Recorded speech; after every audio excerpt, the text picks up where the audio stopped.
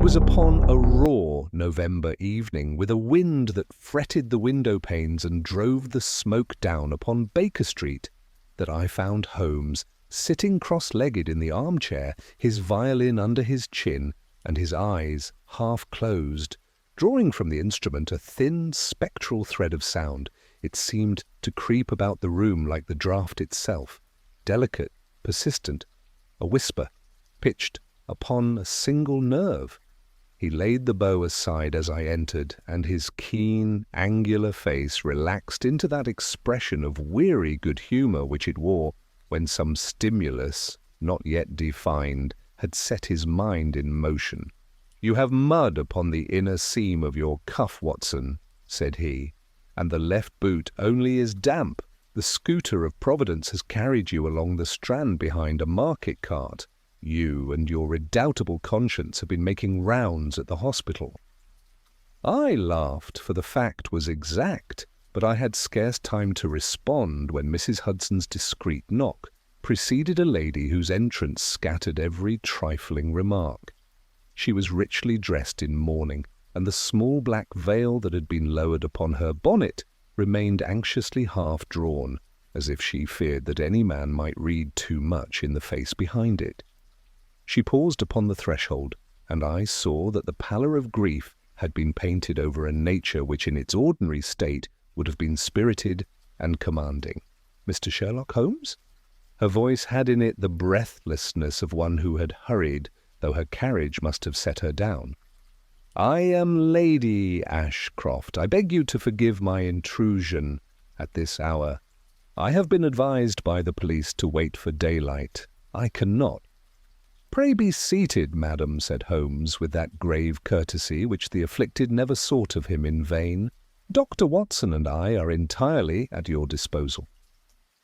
She sank upon the settee, gloved hands clenched upon one another, and fixed her gaze upon the grate, where the coals had fallen together in a red cave. For a few moments the only sound was the restless tapping of the rain upon the sill. "It is about my son," she said at last, "about Henry." Holmes inclined his head. "He died 3 weeks ago, Mr. Holmes, of fever, the physician said, a pernicious relapse of the Roman ague. He had returned from Italy in October, after the season at Naples. Henry was a patron of the arts and a most ardent amateur of the violin." She pressed her lips, as if the instrument itself were a word to be mastered. "He was laid to rest in our family vault at St. Hilda in the Marsh, near Richmond. Since his funeral, there has been something." Holmes did not move, yet his attention seemed to draw nearer, like the point of a lens. "At midnight," Lady Ashcroft continued, "upon 3 separate nights, the sexton and others heard music from the vault. Not church music, Mr. Holmes, not any hymn. A violin played softly at first, then with she made a helpless motion, an agitation. One might call it a conversation if the dead converse. The melody is not common. I could hum some bars," she faltered. "Forgive me, I cannot bring myself." "Watson can notate," said Holmes without a smile, "but the occasion is not fitted to music-taking. Who has heard this? The sexton, Mr. Cobb, the verger, a constable posted in the lane after the first report appeared in the local newspaper. Oh, yes, it has reached the newspapers, Mr. Holmes." She drew from her reticule a damp, folded sheet of the evening edition. A grotesque headline blackened the column: "The Violinist Who Played for the Dead." "You may suppose," she went on, "that this is some boyish impertinence or a drunkard's fancy. Cobb is neither. The police searched the churchyard and the rectory garden. They found no one. The vault door bears a heavy iron hasp and 2 locks. The keys have not left the rector's possession nor mine. When the rector and the sergeant opened it this morning, everything was in solemn order. The coffins—" She swallowed. "You understand me? Not the least displacement." "You were there this morning?" asked Holmes. "I was." Holmes folded the newspaper upon his knee. "And the melody, Lady Ashcroft, how should these men know it to be uncommon? Because it is a particular arrangement. My son possessed the manuscript. It is the adagio from Werner's Fantasia in D minor, Sebastian Werner, the virtuoso who drowned in the river 6 months ago. Henry had prevailed upon Werner to write him a private cadenza. There were but 2 copies, one kept by Werner, one by my son. She put a hand to her throat. Henry loved it. He played it so often that even the old gardener used to whistle the opening figure while he swept the leaves. Everyone in the house knew it. "Where is that manuscript now?" Holmes asked. "In Henry's study, safe at Ashcroft House. At least it should be. The jeweller who holds our securities assures me the safe has not been forced, and I have not the courage to open it." Holmes rose and went to the window. The street beyond was a long ribbon of wet gaslight.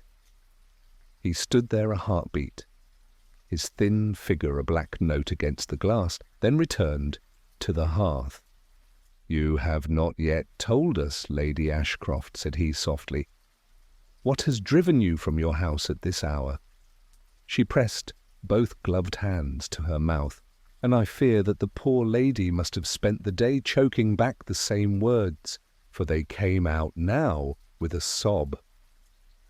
"Because last night the music came again, and when they searched the churchyard at dawn they found Mr. Cobb, the sexton, lying upon the flagstones before the vault.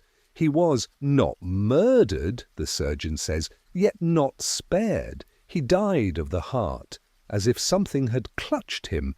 In his hand was—" Her gaze moved about the room, as though she sought a corner to place the obscenity and be quit of it. In his hand was a violin string knotted upon itself, and about his neck there was a faint red mark, like a child's ribbon had rested there. Holmes looked into the fire, as men look into a dark pool where they expect a hand to rise. Did any footmarks present themselves? The constable reports the path was trampled by those who ran to search, but before they began he had noticed, this is his phrase, 2 sets of prints in the wet earth, small and neat like a woman's boot and a child's. Yet none of the watchers wore anything of the kind, and no woman or child was seen. "Lestrade has the case," said Holmes. "Inspector Lestrade came this afternoon and advised that we padlock the churchyard gate and station 2 men there. He has no patience for violins, dead or living," she said, and a brief gleam of her native character broke through the grief. "Mr. Holmes, I am a woman of good sense. If there is a prankster, let him be punished. If there is sacrilege, let it be ended. But if, and I hardly dare conceive it, if someone is using my son's music for some wicked purpose, then you will find him. I cannot endure a second night of it." Holmes leaned forward and took the lady's hand as if to steady a trembling instrument.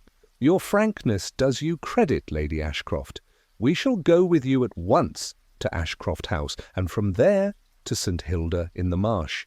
It is now 8:30. That permits us to examine the study and be at the churchyard by midnight. The weather will favour us. The rain prints a faithful ledger. You will come tonight?"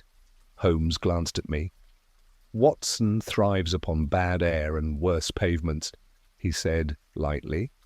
"He will bring his revolver. I shall bring my bow." "Your bow!" I repeated. "My bow of conjecture," said he. "The violin may follow." Lady Ashcroft rose with a little gasp that was almost a prayer. "I have had my carriage kept. It waits in Baker Street." "One moment," Holmes added. "You spoke of Werner's Fantasia. You said he drowned. Does any man living, to your knowledge, possess that particular cadenza, aside from your son's copy?" "No one. Werner took pride in its secrecy. He performed it but twice in public, both times in Italy, and even then he altered it to confound the imitators. Henry used to say that a bar, where the melody climbs upon a double stop like a swallow to a beam, a most singular effect, was the private sign between them. It was there last night, Mr. Holmes. The constable swore to the very swallow." Holmes nodded once, as a musician acknowledges another's exact ear. Then there is someone who knows more of the dead than is wholesome. Come, Watson, your overcoat. Lady Ashcroft, you shall not be asked to enter the vault, but you may be very useful in Henry's study. As we descended the stairs, Holmes took his violin case from the corner and slipped it under his cloak. He observed my glance. There is a range of communications which the criminal mind respects, said he. Some men answer to the clink of gold, others to the flash of steel. But there is a class, Watson, for whom a phrase whispered on catgut will open more doors than all the keys at Scotland Yard. If our player comes tonight, I should like to know in what language he expects to be answered. The carriage lamps threw our shadows at fantastic angles as we climbed in after Lady Ashcroft. The wind had grown colder, the streets more desolate. Yet in that desolation there was a tension, as if the great city itself were holding its breath to listen. Holmes settled into his corner, his long fingers steepled, his face drawn and intent.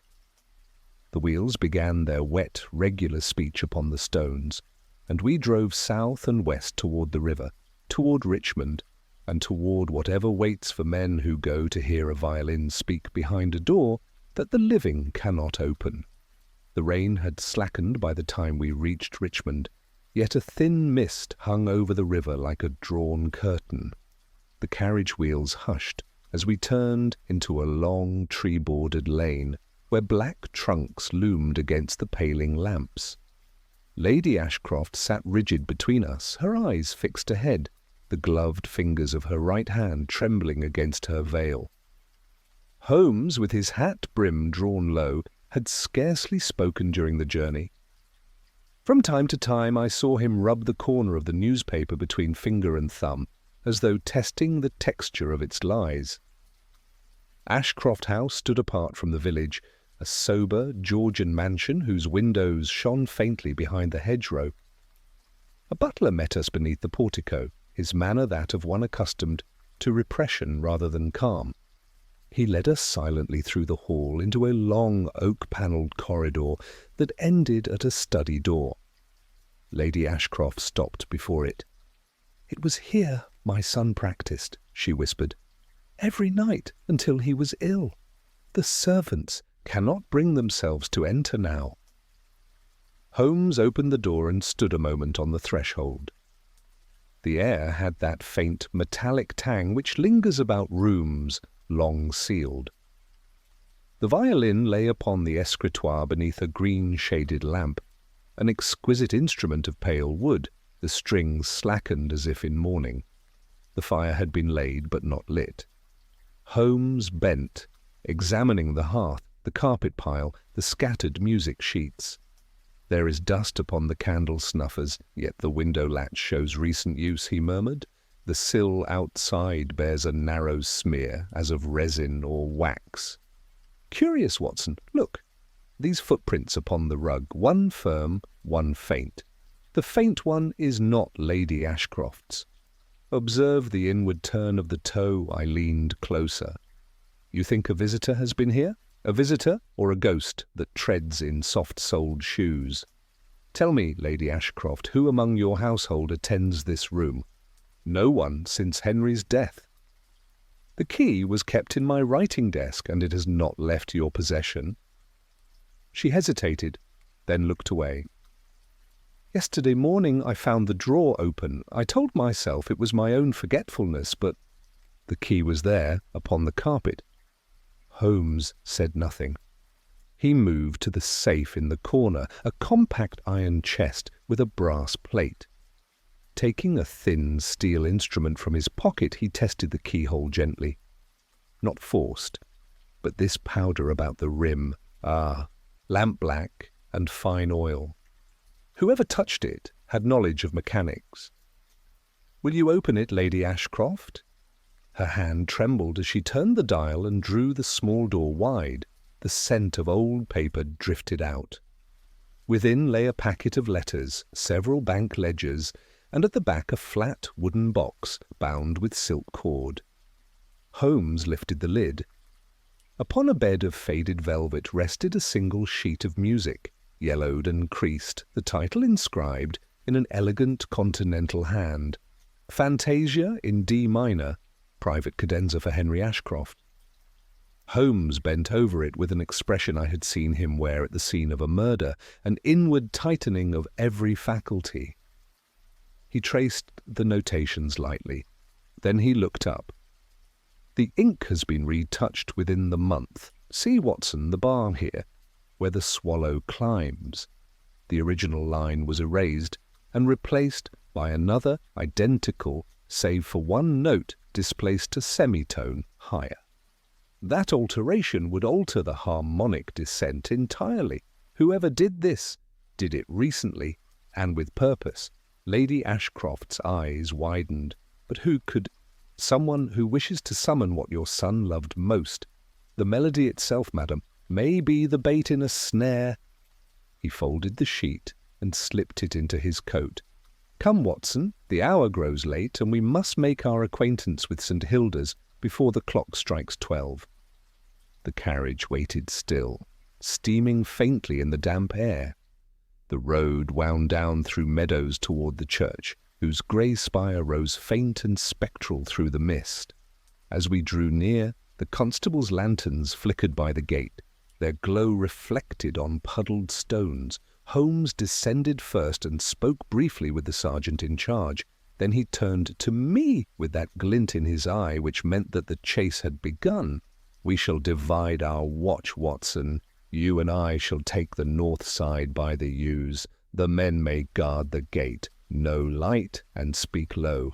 If our violinist appears, I shall try a little experiment in response." He drew his own violin from beneath his cloak, tuning it softly until the strings gave a muted sigh. The bow hovered above the bridge like a poised question. The wind moved across the graves, stirring the wet grass. Somewhere a bell tolled the quarter hour. Then, faintly, so faintly that I thought it a trick of the wind, there rose a thread of music from within the vault.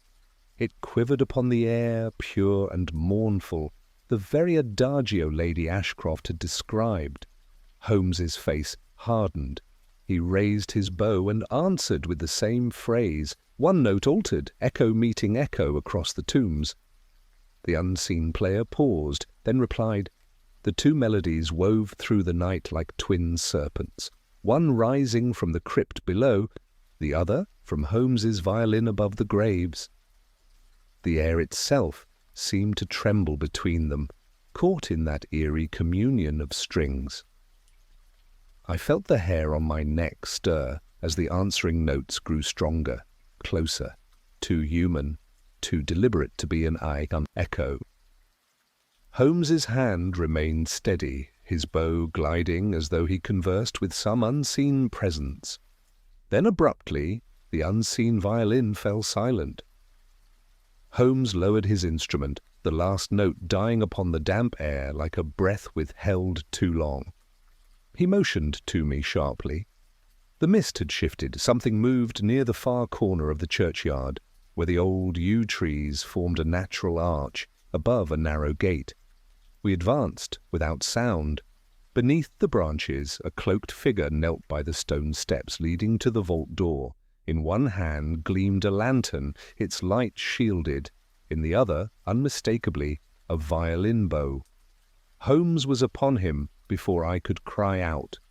The stranger sprang up, dropping the lantern, and dashed toward the low wall. I caught the glimmer of pale hair beneath the hood, and then Holmes seized his arm. There was a struggle, brief but furious, and in another instant the figure had twisted free, vaulting the wall into the darkness beyond. Holmes followed half a dozen paces, then stopped, listening. The sound of retreating footsteps faded down the lane.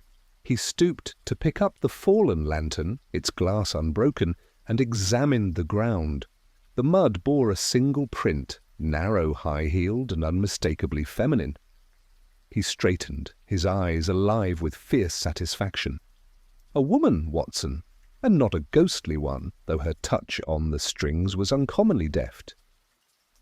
Observe, This bow is newly rosin, the horsehair is damp but unfrayed. Our visitor plays often. Lady Ashcroft, who had remained by the carriage, now approached, her voice trembling. "You saw her?" Holmes nodded. "Enough to know that she has courage and reason to fear discovery. Tell me, has your late son's companion or pupil remained in your employ since his death?" "Only one," she replied faintly. "Miss Clara Werner, niece of the composer who drowned. Henry was fond of her music, but after his death she left us without farewell. I believed she returned to Italy." Holmes's gaze sharpened. "Werner's niece? That is an octave higher than I expected. Watson, we must see whether her uncle's drowning and her cousin's fever were written in the same key." He turned to the sergeant. "Keep your men at the gate, but let none speak of what has passed tonight. Say only that a prowler was scared off. I would not have this phantom dissolve too soon. Superstition is a useful curtain." As we re-entered the carriage, the mist clinging to the wheels, Holmes laid the captured bow across his knees, his face abstracted. When at last he spoke, it was half to himself. "Consider, Watson, a dead violinist whose signature melody haunts the grave of another musician, a lady whose pupil disappears after both men are lost, a cadenza altered by one note, one fatal semitone. There is a harmony of intention behind these deaths. I suspect that melody conceals a message, not a mere mourning air. You believe the music itself is a cipher? Precisely. Music, my dear fellow, is mathematics, with emotion attached. A composer may bury a name in a score as readily as a forger hides it in handwriting. We shall test that theory upon the manuscript at dawn. But first, I have need of silence and a clear head. There are nights, Watson, when a single misplaced note tells more than the loudest confession." He leaned back, closing his eyes as the carriage rolled toward Richmond. Behind us, the church bells began to strike midnight, their toll mingling faintly with the whisper of the river. And somewhere, carried by that whisper, came one last solitary note from the darkness, drawn not by human hand, yet haunting enough to chill the heart that dared to listen. We reached Baker Street as dawn broke in thin streaks across the soot-stained chimneys. Holmes had spoken little during the journey back, his gaze fixed beyond the carriage window, as if listening to some inner echo of the night's strange duet. Once inside our sitting-room, he went directly to the mantel, lit the fire, and spread the recovered music sheet upon the table. The ink shimmered faintly in the new light. He studied it with the same devotion a man might give to a coded telegram upon which lives depended. "Watson," he said at last, "you observed the change in the notation, the semitone raised in the second passage?" I nodded. That alteration was no idle correction. Music is a language, and like all languages, it has its grammar. If we interpret the intervals numerically, A as 1, B as 2, and so forth, this shift introduces a new pattern. Observe. He took up a pencil and marked letters beneath each note with quick, sure strokes. The melody descended into words. "It spells Werner," said Holmes quietly. "Each chord conceals a letter, and the altered note changes the sense from Ashcroft to Werner. A private message, perhaps, inserted after the deaths." Our mysterious performer wished to revive that message where only the dead might hear. "But for what purpose?" I asked. "For the same purpose a murderer revisits his crime, to listen whether the silence still accuses him." He folded the score and slipped it into an envelope. "I shall send this to my acquaintance at the Academy, who will confirm the cipher's precision. Meanwhile, we must find Miss Clara Werner before the newspapers discover that the ghost of St. Hilda's wears petticoats." He rose abruptly, his energy rekindled. Within the hour, we were in a cab bound for the modest quarter of Chelsea, where Lady Ashcroft had mentioned that her son's music tutor once resided. The morning fog still lingered low upon the streets, curling round lamp-posts like smoke from extinguished dreams. Holmes made straight for a narrow brick house with ivy creeping up its facade. The windows were shuttered, but faint traces of recent occupancy showed. A flower pot overturned, a scrap of burnt paper near the doorstep. He picked it up and examined the half-scorched words. "Tonight by the bridge." He handed it to me. "Richmond, Bridge, Watson. Our Lady of the Violin keeps her appointments near water, as did her uncle before her. If we are fortunate, we may learn whether the river will claim a third musician." That evening we returned to Richmond and stationed ourselves near the bridge's southern arch, where the current swirled in dark eddies beneath the stone. Holmes, wrapped in his grey cloak, leaned against the parapet, his eyes scanning every figure that passed. Presently a woman appeared, moving swiftly through the gathering fog, a slender shape in black, her face veiled. She paused midway, drew from her case a violin, and began to play. The sound was soft, trembling, and full of desolation. Each phrase seemed to search the air for an answer that never came.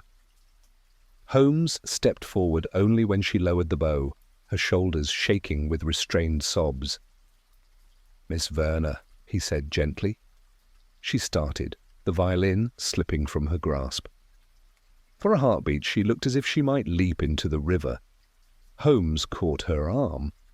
"No harm will come to you, but you have courted death long enough, with music, with memory, with guilt." Her voice broke. "I only meant to let him hear it once more, Henry. He wanted Verner's music to live, but they stole it from him, called it madness. I finished the score, and now the world calls me cursed." Holmes's expression softened.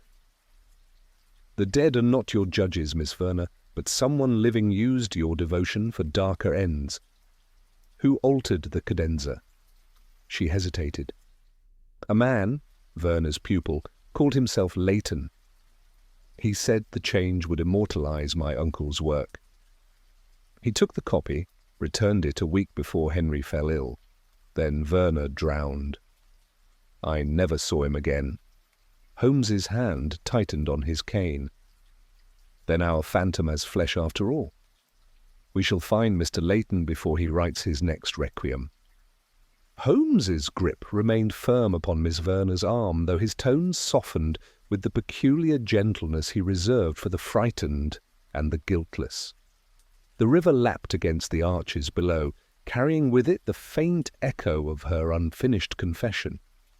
I could see her trembling, torn between dread and relief, like a soul that had long carried a burden too heavy for the living. Holmes drew her away from the parapet, guiding her toward a secluded bench beneath the gaslight. "Tell me, Miss Verner," he said quietly. "This man Leighton, how well did you know him?" She pressed a hand to her brow, gathering herself. "He appeared last spring, claiming to be an admirer of my uncle's compositions. He spoke with such knowledge of counterpoint, of structure, that I believed him a musician. My uncle was still alive then, and they spent many evenings together over manuscripts. After my uncle's death, Leighton returned to me. He said he wished to ensure my uncle's unpublished works would not be lost to time. I trusted him."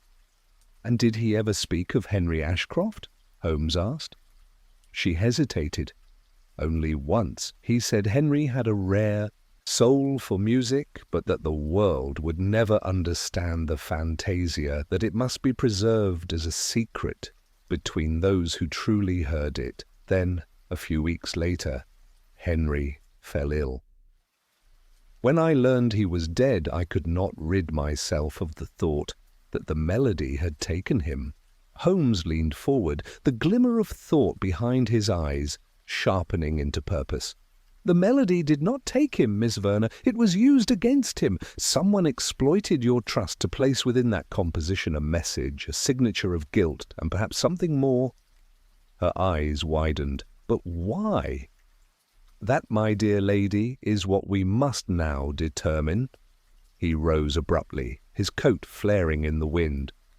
"Watson, escort Miss Verner to Lady Ashcroft's care. I must visit a certain pawnshop in Soho that deals in musical instruments and occasionally in darker trades. The name Leighton will find its echo there, I have little doubt." It was near midnight when Holmes returned to Baker Street, the faint smell of damp and tobacco clinging to his cloak. He said nothing until he had thrown his hat aside and settled by the fire. I waited, knowing that silence was often the bridge between his discovery and its revelation. At last he reached into his pocket and drew out a small object, a violin peg, cracked along its edge. "This, Watson, is what remains of our ghost's disguise. It was pawned 3 days ago at Slater's in Wardour Street by a man whose description matches precisely that of one Leighton, tall, narrow face, left hand marked by acid burns, an educated accent gone ever so slightly astray. The shopkeeper swore the man spoke of returning soon to claim a bow of unusual quality."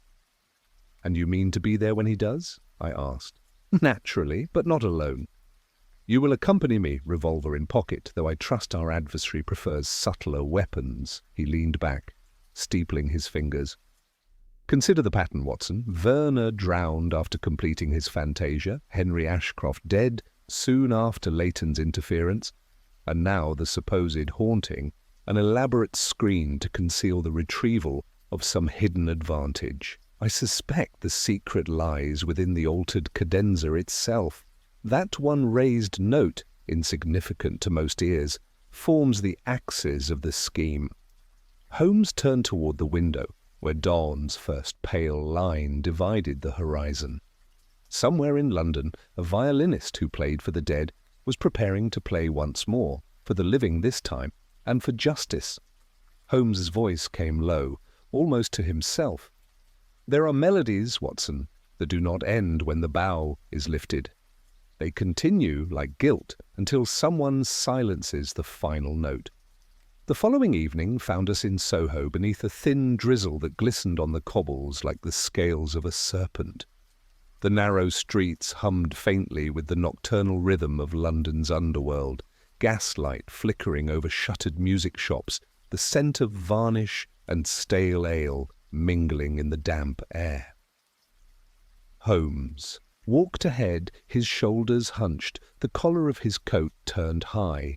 We stopped before a dimly lit window bearing the painted sign Slater's Fine Instruments, Repairs and Acquisitions. Within, the owner, a short, heavy man with rimless spectacles, was winding a violin string with more delicacy than most men reserve for prayer. Holmes entered without ceremony. "Good evening, Mr. Slater. You expect a visitor tonight, a man of education but uncertain fortune, who pawned a violin bow of superior quality. He has not yet returned." The man's eyes darted up, startled, his fingers freezing mid-turn. "Aye, well, sir, I might have. Many come through here, gentlemen musicians." Holmes laid a half-sovereign upon the counter. "Spare me the overture. The man's name is Leighton. He left this in pledge, I believe." Slater swallowed. "He did, sir. Came back not half an hour ago, said he'd return later for the bow, once the rain eased." "Then you will have 2 visitors instead of 1, Holmes replied, his voice as calm as a drawn blade. "Watson, take position behind the curtain. I shall be the interested buyer." We waited. The clock on the wall marked each second like a dripping tap. Holmes stood motionless beside the counter, his eyes fixed upon the door. The air grew thicker with varnish and anticipation. At last, the bell above the door gave a faint jangle. A man entered, tall and gaunt, his overcoat damp from the rain. His features were sharp, his hair brushed back with precision, yet there was a curious hollowness about the eyes, a musician's hands without music. "Good evening. said Holmes easily. "You come, perhaps, for the Leighton bow?" The stranger froze. "I beg your pardon." Holmes gestured to the counter. "A fine piece, too fine for most hands. Pernambuco wood, silver-mounted. It would take an artist to use it properly. One acquainted with Werner's Fantasia, perhaps?" The man's expression flickered. Astonishment, then fear. "You know nothing of that," he snapped. "On the contrary," said Holmes softly, "I know that you altered it. I know that your cipher hid a name, and that name cost 2 men their lives. What I do not yet know is why." Leighton's hand went to his coat pocket. Holmes moved first, swift as a striking hawk, gripping the man's wrist and twisting it down upon the counter. A small glass vial rolled free and shattered on the floor, releasing a faint, acrid odour. "Poison, Watson. Our friend prefers to compose his silence in liquid form." Leighton slumped against the wall, the defiance draining from his face. "It was never meant to kill him," he muttered hoarsely. "Only to make him ill, long enough for me to reclaim what was mine. Werner stole from me that melody, my creation. He called me pupil, but he took everything. When I altered the score, I signed it back to myself. Henry discovered it. He would have exposed me. And so you silenced him," said Holmes coldly. "And when conscience or greed drove you back to the vault, you found yourself haunted by your own refrain." Leighton looked up with a feverish light in his eyes. You cannot prove—" Holmes's hand emerged from his pocket, holding the violin peg, the cracked relic of his pawned disguise. "This," he said quietly, "will serve as your confession. The varnish upon it matches the resin found at Ashcroft House. Scotland Yard shall supply the harmony." As Lestrade's men arrived to take the trembling man into custody, Holmes turned to me, his voice almost weary. "You see, Watson, genius and madness often share the same scale. It requires but a single false note to turn art into crime." He drew from his coat the folded manuscript now sealed in a plain envelope. As we stepped into the fog, he added softly, "Let us return it to Lady Ashcroft. Music should play for the living, not for the dead." The following morning dawned dim and colourless, a pale mist pressing against the panes of Baker Street, like a hand that would not withdraw. Holmes sat in his armchair, a cigarette burning idly between his fingers, while I read aloud the column from the Morning Post reporting Leighton's arrest. "A sensational case of musical deception," it called it, involving the mysterious nocturnal performances at St. Hilda's and the tragic deaths that ensued. Yet even as I folded the paper, I sensed that Holmes's mind had not found its rest. His eyes were not upon the page, but fixed somewhere beyond it, as though still listening to a melody that refused to end. "You are dissatisfied," I said at last. Holmes exhaled a slow stream of smoke. "And merely thoughtful, Watson. Leighton's confession is complete enough for Lestrade, but I mistrust confessions that come too readily. He spoke of reclaiming what was his music, his name, but never of the second death, the sexton. Why return to the vault after Henry Ashcroft was buried? What purpose had that midnight performance, when his secret was already safe? I admitted that I had not considered it." Holmes rose suddenly, flicking the cigarette into the grate. "There is one refrain left unheard, Watson, and until I know who truly conducted that final movement, I shall not close the score." Within the hour we were once more bound for Richmond. The streets shimmered with the residue of last night's rain, and the autumn air carried the scent of damp leaves. At Ashcroft House, Lady Ashcroft received us in the same mourning attire, her composure steadier, but her eyes shadowed by sleeplessness. Holmes bowed gravely and produced the sealed envelope containing her son's music. "The matter is concluded, madam, or nearly so," he said. The man responsible for your son's suffering is now in custody, but before I return this composition, I must ask one question." She inclined her head, pale and expectant. "During your son's final illness, did anyone attend him besides his physician?" "Only his valet, Mr. Coram. He had served Henry faithfully since his student days in Italy." "Why do you ask?" Holmes's gaze flicked to the mantelpiece, where a silver-framed photograph of a young man stood beside a violin bow mounted beneath glass. He studied it in silence for a moment, then turned sharply. "Lady Ashcroft, would you be so good as to summon Mr. Coram?" The butler returned shortly with a short, broad-shouldered man whose face bore that faint pallor which comes of long indoor service. He bowed respectfully. "You sent for me, madam?" Holmes regarded him with apparent indifference. "I believe you were present when your master last played Werner's Fantasia." "Yes, sir. He practiced it often. Even when the fever came on, he begged me to fetch his violin." Holmes moved closer. "And it was you who saw to his medicines?" Coram blinked. "The doctor left them in my charge, sir. I gave them as directed." Holmes nodded slowly. "Indeed? And after his death you remained with Lady Ashcroft until the funeral?" "I did, sir." "Then tell me, Coram, why did you travel to St. Hilda's on the night following your master's burial?" The man's colour drained at once. I saw the tremor begin in his hands, subtle but unmistakable. I went only to see the place, sir, to make sure." Holmes's voice cut through his stammer like the string of a violin snapping. "To make sure the key remained where you left it, in the vault door. You see, Watson, our valet was not a mere servant. He was Leighton's confederate, the hand that administered the poison and secured the hiding place for the manuscript. When the bow played again at midnight, it was he who answered, fearful that his partner had betrayed him." Coram's protest broke into a strangled cry. "I meant no harm. It was Leighton's idea. He said the melody would make us famous, that Ashcroft's death was an accident.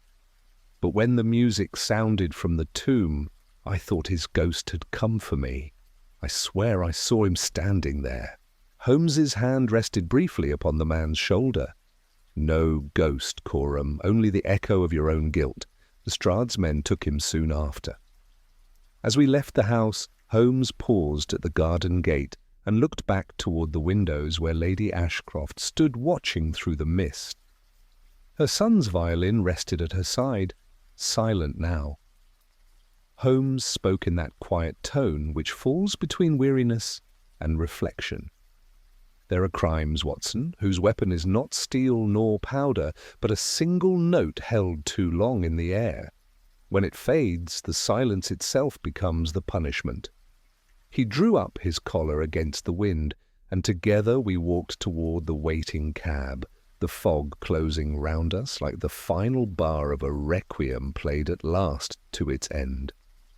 For several minutes after we had left Ashcroft House, Holmes sat in silence, his gloved fingers pressed together in that familiar, steepled pose, his eyes turned not to the passing landscape, but inward toward some hidden corridor of thought. The carriage wheels drummed upon the wet road, steady as a metronome. At last, as we neared the turn for Richmond Bridge, he spoke, quietly, but with the precision of a man addressing a lingering imperfection in a solved equation.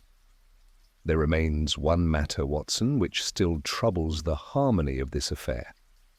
The cipher, the poison, the vault, these are all accounted for. Yet I cannot reconcile one small fact with the rest, the violin heard after Leighton's arrest. I started, you mean the note that followed us from the churchyard that final night? Precisely. If the phantom music was but a trick of our suspect, how did it continue once his hand was stilled? There was, I believe, a third participant in this symphony of deceit, someone whose presence has eluded both the law and our imaginations. Before I could reply, the carriage jolted to a stop. Holmes peered out. We had drawn up beside the river, where a thin fog hung low over the water. The faint outline of a figure stood upon the parapet of the bridge, motionless, head bowed. Holmes's sharp eyes gleamed. "Do you see her, Watson?" He stepped down before the driver could protest. "Miss Verner." She turned as we approached, her face pale but strangely calm beneath the rising dawn. "I knew you would come," she said softly. "They told me Leighton was taken, and that Coram had confessed. I thought perhaps I could find peace now.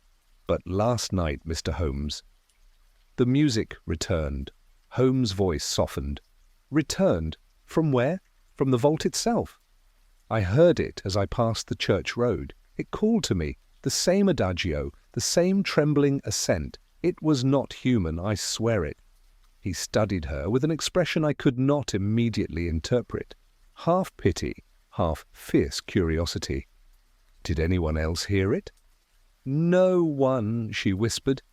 "The gatekeeper sleeps far from the church now. The villagers avoid it. I alone went near." Holmes drew from his coat the folded manuscript and handed it to her. "Then perhaps, Miss Verner, it is not the dead who are restless, but the living. The mind, when steeped in guilt and grief, hears echoes of its own making." Yet his gaze shifted past her to the river. A mind alone could not alter the environment so precisely. "The sound you heard had a source." He walked to the parapet and leaned over. Below, half buried among the reeds near the stone foundations, gleamed something metallic, a narrow brass tube affixed beneath the bridge arch. Holmes knelt swiftly, drawing out a small spyglass. Ingenious! A hollow pipe leading from the churchyard vault through the culvert, perfectly positioned to carry the vibrations of a violin played at the far end. Then someone, yes, Watson, someone rehearsed the illusion long before the crimes began. The ghostly music was not conjured by guilt, but by design. It was the first act of the deception, not the last. Leighton intended it to terrify Lady Ashcroft into abandoning the estate, perhaps to claim whatever inheritance or manuscript lay within. Coram's panic only completed the tragedy. Holmes rose, brushing the damp from his knees. He signalled for the constable we had brought to follow the line of the pipe back toward the marsh. Within minutes, two men returned with a sodden instrument case and a small hand-cranked phonograph wrapped in oilskin. Holmes regarded it with grim satisfaction. "Our final ghost, Watson, is mechanical. Even the dead may be made to play if one winds the key long enough." Miss Verner clasped her hands to her mouth, tears springing to her eyes. "I believed it was his spirit, that he forgave me." Holmes replaced the manuscript gently into her keeping. "Spirits, my dear lady, forgive more easily than the living, but they do not perform on command. Take comfort that the music you loved will trouble no soul again." As the constables carried away the device, Holmes looked once more toward the grey expanse of water. There, upon the slow current, drifted a faint ripple, as though a final note had just faded into silence. Then he turned back toward me, his expression softened by a rare melancholy. "You see, Watson, there is always an unseen hand upon the strings. We hear the melody, but seldom the player. In this case, the dead were merely the orchestra, conducted by the greed of the living." He drew his coat close, his voice lowering, as the mist closed round us. "Come, the case is ended. Let us leave the river to its quiet music." Holmes's deduction left a silence between us as dense as the fog that clung to the riverbank.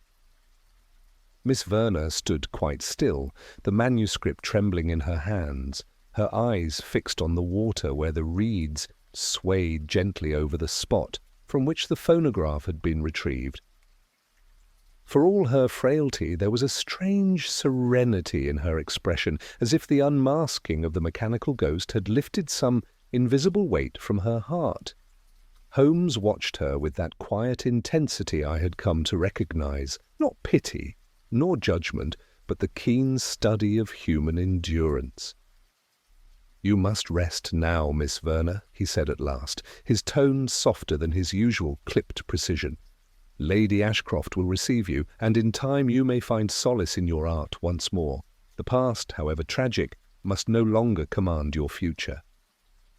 She looked up, her voice barely more than a whisper. "And you, Mr. Holmes, what will you do with the truth?" He regarded her gravely. "The truth, Miss Verner, is like music. Once played, it cannot be recalled, only heard again by those willing to listen. Go now, there is nothing more to fear." She curtsied faintly and turned away, vanishing into the thinning mist. Holmes remained unmoving, his gaze still upon the water. When she had gone, he said quietly, "The human heart, Watson, is the most elaborate instrument of all.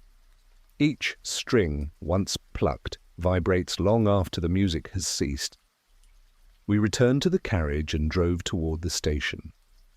The morning sun broke weakly through the haze, casting dull reflections on the wet cobbles.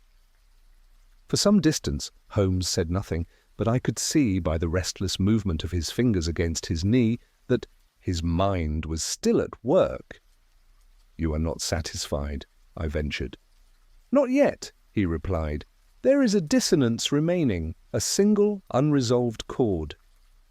Consider, Watson, that the mechanism beneath the bridge required preparation, expense, and secrecy. Such an installation could not have been accomplished by Leighton or Coram alone. Someone of means must have provided the resources and the motive." "You suspect Lady Ashcroft?" I asked, startled. Holmes's eyes flashed, not directly. "But think, she gains both relief from scandal and renewed sympathy through tragedy. The estate remains hers. Her son's death, while mourned, extinguishes debts and silences gossip. And yet no, I misjudge her. Her grief was too unstudied, her horror too real. No, the design lies elsewhere." He leaned forward suddenly. The rector of St. Hilda's, Reverend Phelps, was among the first to hear of the music, was he not? He supervised the vault's opening and oversaw the reports to the press. Who more conveniently fuels a haunting than the man who proclaims its sanctity? Holmes struck the side of the carriage. "Driver, return to St. Hilda's." Within the hour, we stood once more before the small stone church, its door half open, the scent of damp stone and candle wax drifting out. Inside, Reverend Phelps was at the pulpit, arranging papers. He started visibly at our arrival. "Mr. Holmes, Dr. Watson, back again so soon? Has the case not been—" Holmes's gaze was piercing. "Completed, perhaps. Resolved, never. Tell me, Reverend, how long have you known of the device beneath the bridge?" The rector's composure faltered. His lips parted, but no words came. Then, with a sigh that seemed to drain the strength from him, he sat heavily upon the pew. "You would have found it eventually. I discovered it weeks ago after the first night the music was heard. I thought it a miracle, proof that Henry Ashcroft's soul had not departed. People flocked to the church, Mr. Holmes. They spoke of faith renewed, of the veil between worlds lifting. I did not wish to destroy that hope." Holmes's voice, when it came, was low but cutting. "And so you let the deception stand, even when it drew another man to his death." The rector bowed his head. "I did not know it would go so far, I swear it." Holmes regarded him in silence, his expression unreadable. Then he turned to me with a weary sigh. "There, Watson, is the final harmony of our dirge. Faith, greed, guilt, and folly, each playing its part. No villainy unmixed with delusion, no delusion free of gain." As we stepped back into the pale light of day, the mist had finally lifted. Holmes paused, looking once more toward the quiet churchyard, the wind stirring his coat. "The world," he said softly, "is an orchestra forever tuning, but never in concert. Come, my dear Watson, the performance is over." And as the carriage bore us away toward London, I thought I heard, far behind us, the faintest whisper of strings, no longer haunting, no longer pleading, merely fading like a final sigh into silence. For several days after our return to Baker Street, Holmes was as one possessed by the lingering echoes of the case. He neither spoke of it nor allowed the newspapers that clamoured over the violinist who played for the dead to remain in the sitting-room for long. I would find him pacing at odd hours, his violin silent in its case, his pipe long forgotten beside the inkstand. It was on the fourth evening, as the fog rolled once more down from the river, that he finally broke his silence. "Watson," he said abruptly, "what remains after the music ends?" I looked up from my writing. Silence, I suppose. "No," he replied, his eyes glinting through the haze of cigarette smoke. "Resonance. A vibration that lingers in the wood, inaudible but alive. And that, my dear fellow, is what troubles me now." He rose, restless. "The confession of the rector, the arrest of Leighton and Coram, each satisfies the machinery of justice, but there is an undertone, a subtle reverberation beneath it all that refuses to be still. Something else moved in that affair, a hand unseen yet present in every chord." "You mean another accomplice?" "Perhaps not an accomplice, an architect, someone who never appeared upon the stage, but orchestrated the whole performance from the shadows." I frowned. "But to what end, Holmes? All those deaths, that elaborate deception, it has yielded nothing but ruin." He paused before the window, the gaslight reflecting faintly in his eyes. "Precisely, Watson. Nothing but ruin, and yet ruin well-timed. Consider the rector's sudden prosperity in the months preceding the haunting, the anonymous benefactor who endowed the church's restoration fund, the curious donation from a continental patron who vanished as swiftly as he appeared. Who stood to gain from a tale of divine visitation in Richmond? Who but one with a vested interest in pious spectacle and profitable land?" I began to see the direction of his thoughts. "You speak of Lord Hatherley, just so." The Ashcroft estate bordered his new railway project. He needed the parish to relinquish the adjoining burial grounds. The scandal of a haunted vault, coupled with a grieving widow's fear, would hasten that sale. He financed Leighton through intermediaries, provided the funds for the device beneath the bridge, and when events spiraled beyond control, he withdrew, leaving his puppets to tangle their own strings. I stared at him, astonished. "But the evidence?" "Will never appear. Men like Hatherley move in silence. Yet I should prefer that one villain escape than an innocent remain stained by his design." He turned from the window, and for a rare moment there was weariness in his face, the expression of a man who had looked too long into the mechanisms of deceit. We received a letter the next morning, sealed in black wax and addressed to Holmes in a delicate hand. It was from Lady Ashcroft. She thanked him with the simplicity of one who had nothing left to offer but words. The music, she wrote, had ceased. The church bells no longer echoed with dread. Miss Verner had gone abroad to study anew, and peace, real quiet peace, had at last returned to her home.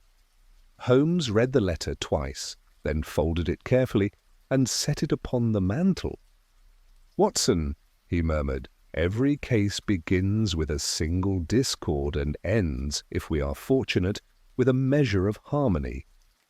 Yet some melodies linger in the ear long after they are played. The violin of Henry Ashcroft will never sound again, but its silence has become a part of London's great symphony of sorrows. He took up his bow then, not in triumph, but reflection, and drew from the strings a low, plaintive note that hung in the air between us, trembling, until it, too, faded into nothingness. Outside, the fog pressed close against the glass, and as I listened, I could not help but think that somewhere within that grey veil, London itself seemed to pause, just long enough, to hear the last echo of the violin that had once played for the dead. Holmes sat long into that final evening, the violin resting across his knees, his gaze unfocused and distant. The lamplight flickered against the shelves, casting restless shadows that seemed to echo the unease that still lingered in the room. The case had been concluded, its culprits punished or dispersed. Yet there was that lingering tremor in the air. A resonance, as Holmes had called it. I knew better than to disturb him when his thoughts followed such a line, and so I merely sat opposite, content to listen to the faint ticking of the clock and the muffled hum of London beyond the windows. It was near midnight when he finally spoke, so softly that I might have mistaken his voice for the settling of the fire. "Watson," he said, "I have been considering the most curious thing, how music, that most delicate of arts, can become an instrument of destruction when guided by the wrong hand. This affair began with beauty and ended in death, and yet," he looked up sharply, "it is not the melody that kills, but the vanity that seeks to own it." He rose and paced before the hearth, his silhouette cast tall upon the wall. Leighton and Coram were pawns, one driven by envy, the other by fear. Miss Verner, poor soul, was but an echo of her uncle's genius, drawn into their deceit through grief. And Lord Hatherley, whose name I shall never speak before a court, conducted it all from afar, his profit secured behind a veil of sanctity. You see, Watson, the perfect crime seldom announces itself. It whispers softly in the background of men's ambitions. I could not help but marvel at the quiet bitterness in his tone. "And yet," I ventured, "you stopped him in a sense. You ended the music." He smiled faintly, that rare and melancholy smile that betrayed more humanity than he liked to show. "Did I? I merely turned the final page, my dear fellow. Whether the world chooses to listen to the silence that follows, that is beyond even my power." He laid the violin upon the mantel and drew the curtains aside. The fog had thinned at last, revealing a clear, starlit sky. Far below, the hum of carriages moved like the steady pulse of the city's heart. For a long while he stood there, watching, his expression softened by a weariness that was almost peace. "The case of the violinist who played for the dead," he murmured, "will not be remembered in the ledgers of Scotland Yard. It will pass, as all such things do, into rumour and distortion. Yet I think, perhaps, it will linger in those who heard its true refrain. For what is justice, Watson, if not the attempt to restore harmony where dissonance has reigned?" He turned then, and for an instant I saw the man beneath the method, the solitary figure who pursued truth not for fame or glory, but because the world, to his ear, must forever sound slightly out of tune. He resumed his seat, reached for his bow, and drew from the strings a slow, deliberate phrase, no longer the haunted adagio of the grave, but something purer, quieter, like a benediction. The note hung trembling, then drifted upward, vanishing into the stillness of the night. And I, watching him there in that half-lit room, knew that the ghosts of St. Hilda's were laid to rest, not by the law nor by confession, but by that single perfect note that Holmes had drawn from silence itself. It seemed, for that moment, that London paused to listen. And then, as softly as it had begun, the music faded, leaving only the calm certainty that the case and all its echoes had reached its end.